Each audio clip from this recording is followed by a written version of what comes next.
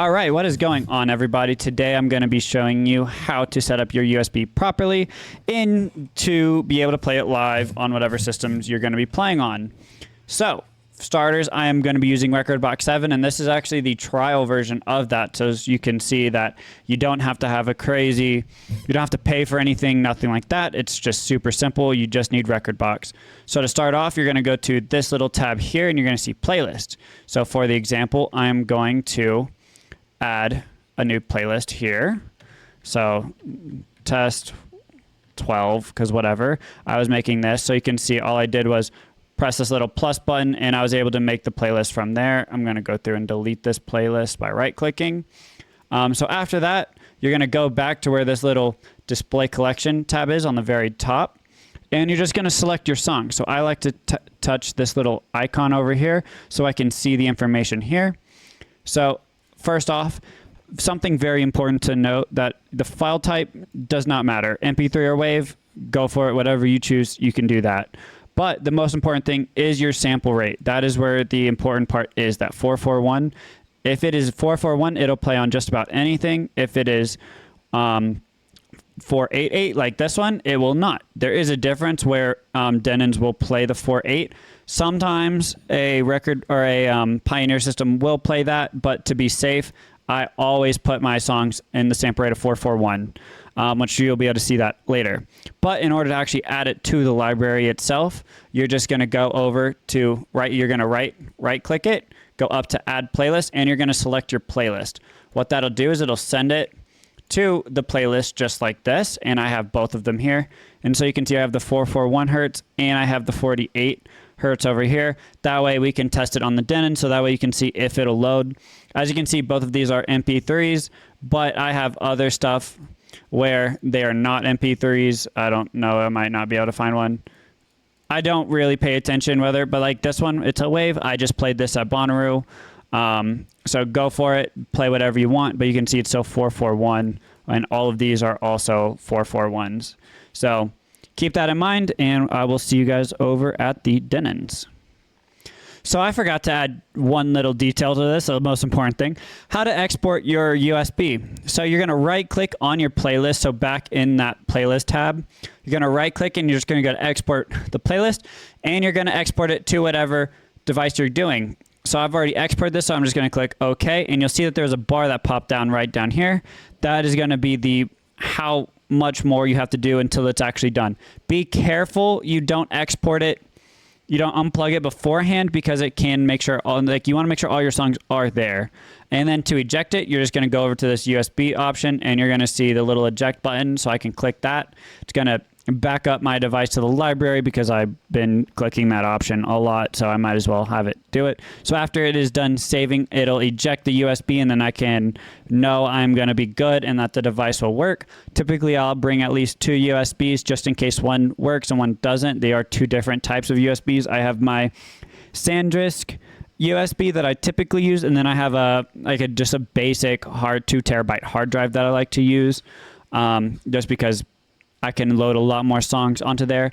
Also, keep in mind, all of these are going to be in the new Device Library Plus feature that does work with almost every system. You should not come into an issue with it. This is a new type of thing, so as long as the devices are updated, you will be able to actually perform on them.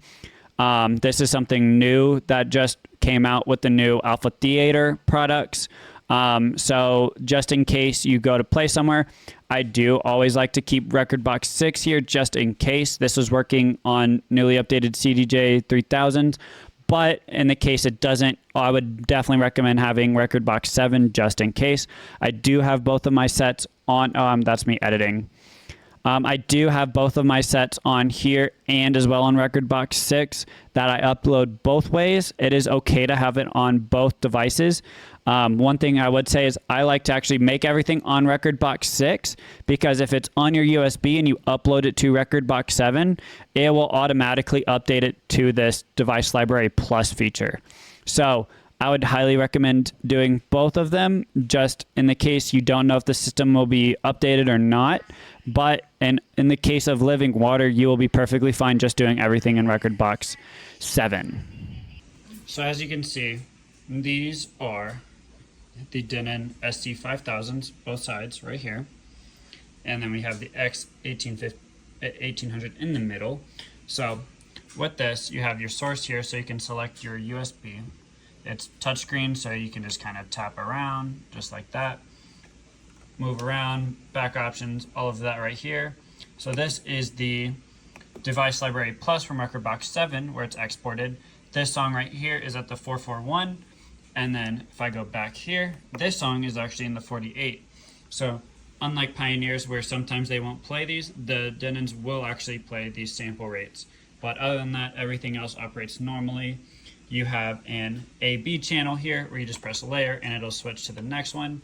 Unfortunately, I don't have that, so it'll only be a 2-deck. But normal mixer here, right now I have it going into the 2-3 options because it's normal to play middle. I can always switch it to where it's just like 1 and 2, but that's kind of weird. And then I have different options here with like the digital line, all of that with where it's saying the USBs are, but that's all going to be selected through here itself because you have your USBs here for a computer, which go down like that. So if you want to connect your computer, you can do that. But other than that, this is just a whole like effect thing where you can just cycle through this bunch of different options here. Could go for a while. I like the echo. And then here you have 2 different options where you have the filter button where all of this would be filter. If this is selected, like right now it's off, right now it's selected. And then all these different effects here. I like using the dub echo really for going out, but you also have like noise gate and washout. Headphones all right here where you connect your headphones here. Either jack would work. And then you have your level of the headphones as well as like your cue master. And then if you wanted to split the cue or not.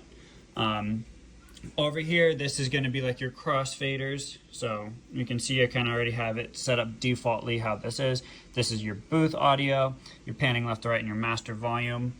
Over here, you have the wheel adjustment, your stop time. I like it fast. I know a lot of people like to go like that and just like backspin for eternity. I like it being really tight where you can see it doesn't move like quite as fast on there. And then you have your looping effects right here. And then if you're accidentally about to play a curse word, you can press that and it won't play it live. So that's pretty cool, as well as like your track skip or just your jumping. So like if I'm clicking this button here, you'll see it jumps into the song.